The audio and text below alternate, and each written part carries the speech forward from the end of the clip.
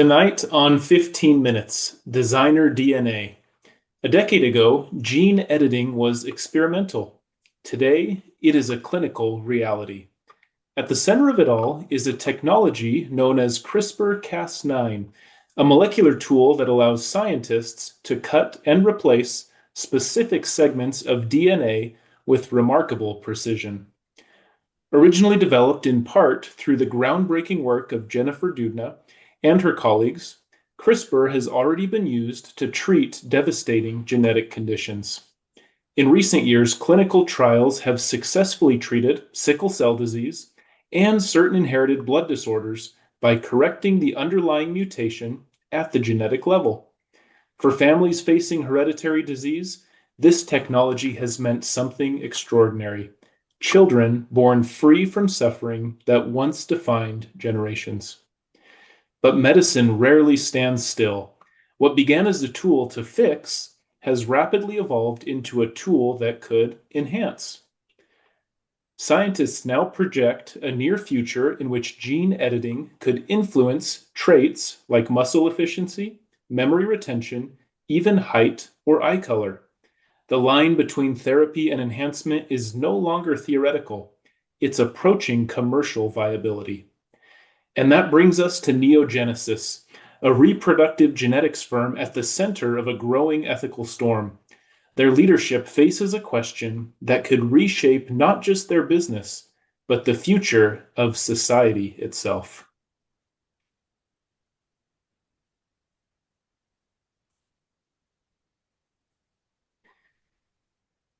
Ben, Neogenesis has the power to eliminate devastating hereditary diseases, but you also have the data to edit for height, athletic endurance, and even IQ. What is the dilemma on your desk? Michael, our company has pushed the bounds of biology and made incredible strides in the scientific realm. Our last Series C funding round of $300 million highlights our innovative technologies. The choice we have is between two paths. Path A is the medical necessity model. We edit only to cure or prevent serious disease. Path B is consumer enhancement, opening our doors to cosmetic and performance edits. Anyone with TikTok lately has seen the rise of influencers like Clavicular and looks maxing, which highlights just how lucrative we expect this to be in the coming years. If we pivot to enhancement, our resources and public trust will be consumed by the designer baby market and leave some serious hereditary conditions untreated. It sounds simple, but it's anything but. The first option, the therapy model, prioritizes health and minimizes social disruption. Its moral upside, it relieves suffering. But the downside, it limits parental autonomy and potentially leaves beneficial innovation unexplored. The second option is the enhancement model. The enhancement model embraces choice and human optimization. Its moral upside, it expands opportunity and technological progress. But the downside, it risks deepening inequality and redefining what it means to be normal. So, Ben, why can't you simply do both? Well, Michael, that's because resources are finite. $300 million may sound like a lot of money, but that is quickly spent on high-tech equipment and the brightest minds that science has to offer. Research, oversight, regulatory goodwill, they all depend on public trust. If we move too aggressively into cosmetic enhancements, we risk regulatory shutdown and public backlash. But if we refuse to innovate, competitors may move forward without the same safeguards, and we become irrelevant. In other words, whatever Neogenesis chooses, it will advance one moral value and compromise another. The decision isn't happening in a vacuum. Medicine carries centuries of moral expectations, most famously, the principle embedded in the Hippocratic Oath: first, do no harm. For a genetics company, harm isn't just immediate medical risk. It includes long-term societal consequences, inequality, discrimination, unintended genetic effects passed down for generations. But there's another expectation at play: consumer autonomy.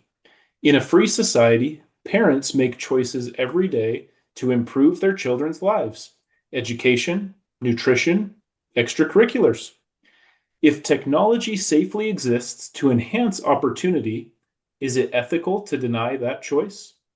Here lies the tension, the expectation to protect society from harm versus the expectation to respect individual freedom. The medical model says proceed cautiously, but the market model says provide options responsibly. Neogenesis must decide which expectation carries greater weight and how to reconcile the two. So far, we've examined the science and the dilemma facing neogenesis. But ethical decisions aren't just theoretical, they affect real people. The choice between therapy and enhancement will shape families, classrooms, and communities in very different ways. To understand what's truly at stake, we spoke with two parents, each with very different hopes for their child's future. First, Kayla.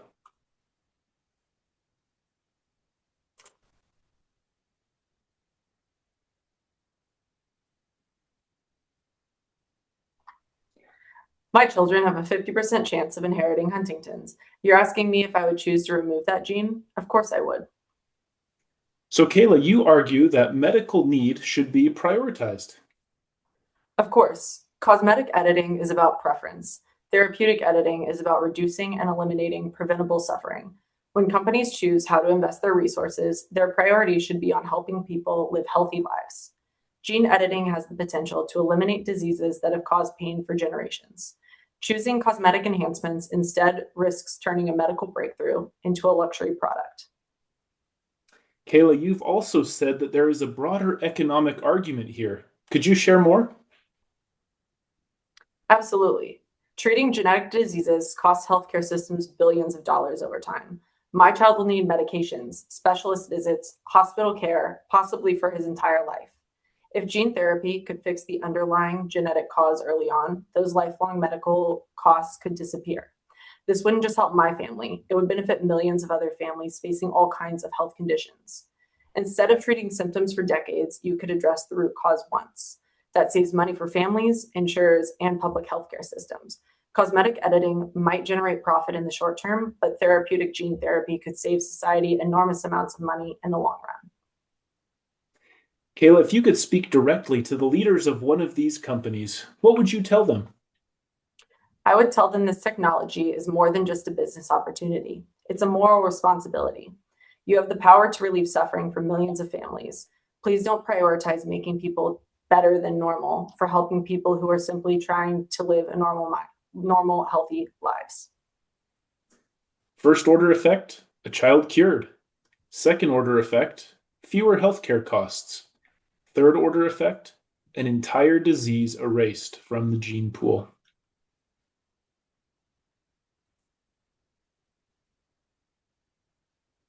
We also talked with Rasmia, a parent with an alternate perspective on this important issue.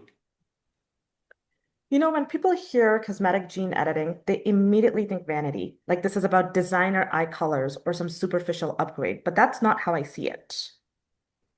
So, if it's not about vanity, what do you think it's really about? I see it as giving my child an advantage in a world that already judges them on appearance, confidence, and performance before they even open their mouth. We already intervene in our children's lives in countless ways. We straighten teeth, we correct vision, we invest in tutors, we move to better school districts. We do everything we can to reduce obstacles and increase opportunity. How is this fundamentally any different?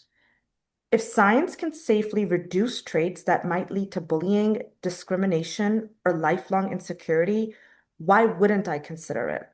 If I could spare my child years of feeling less than because of something genetic, isn't that part of my responsibility as a parent? People say, let kids be who they are, and I agree, but genes aren't identity, they're probability. If I can tilt the odds towards confidence, health, and social ease, I'm not erasing my child, I'm supporting them. And let's be honest, the world isn't fair. Height impacts income, physical attractiveness affects hiring decisions. Certain traits statistically correlate with better outcomes.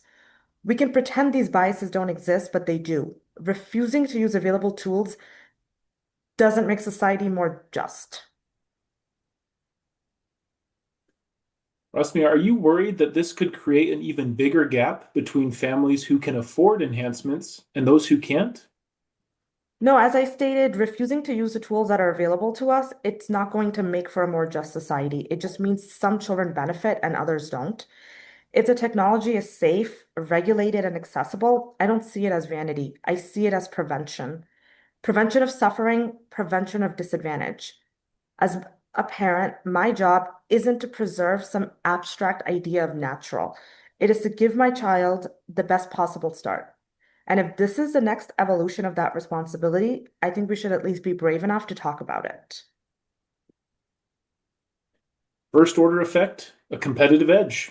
Second order effect, widening socioeconomic gaps. And third order effect, a genetically advantaged class and a permanent underclass.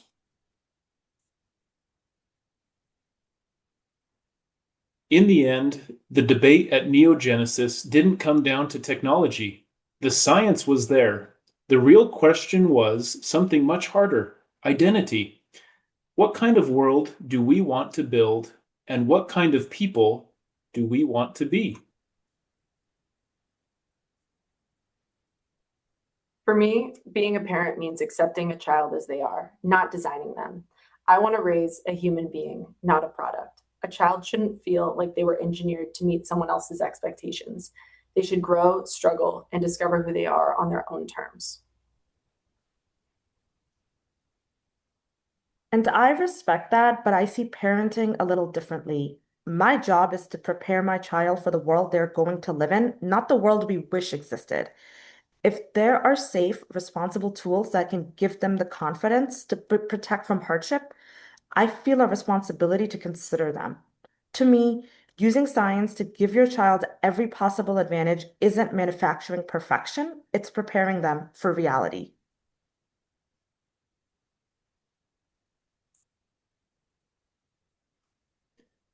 Let's go back to Neogenesis, where their CEO, Ben, will be making an important decision on the ethical direction of the company. Michael, we've made our decision. Neogenesis will not offer cosmetic enhancements. We are focusing our energy, time, and resources on the eradication of hereditary disease from the world. We looked at the data, we listened to the parents, and we realized that if Neogenesis moves into cosmetic enhancements, we aren't just selling a product, we are selling the end of human equality. We have made our decision. Neogenesis will not move forward or offer cosmetic performance enhancements, period. We are vertically integrating every dollar of our Series 3 funding round into a single mission: the total eradication of hereditary disease. But Ben, the market for perfect children is projected to be worth billions. Your investors want a return. So, how do you justify leaving that much money on the table? Michael, by playing the long game, we are launching the Open Genome Initiative. We are taking our proprietary non-cosmetic patents, the keys to curing things like Huntington's disease and sickle cell, and we are releasing them to the global medical community for free. Wait, for free? That's unheard of in biotech. It is unheard of, and we want to do things differently here at Neogenesis. It's an investment in global trust. One of the parents argued that the world isn't fair, and she's right. But our analysis showed that if we follow the enhancement path, we create a genetic caste system that can never be undone. By choosing the healer identity over the architect identity, we ensure that 50 years from now, Neogenesis isn't remembered as the company that helped the rich get taller. We'll be remembered as the company that made incurable a word of the past. We are turning a loss of enhancement profit into a gain of moral authority. In the long run, being the most ethical firm on the planet is an asset no cosmetic edit can buy. Ben, that's a massive financial sacrifice. So, again, how do you justify that to your board? By surpassing what is required. All right, Ben, let's put that decision to the final tests. Are you okay with this being on the front page of the Wall Street Journal? Absolutely, Michael. Our transparency is our shield at Neogenesis. Now, if you didn't know whether you'd be born rich or poor, enhanced or unenhanced, Would you want this system in place, Ben? Certainly, I'd want to know that I'd be cured of disease, regardless of whether my parents were rich enough to upgrade my eye color. What if every company did this? Well, if every company did this, then I think the world would be free of hereditary diseases without being divided by genetic castes. And what will they say in 2076 when they look back on this decision from Neogenesis? I firmly believe that they will say that we had the power to play God, but we chose to be human and set the standard for the rest of humanity.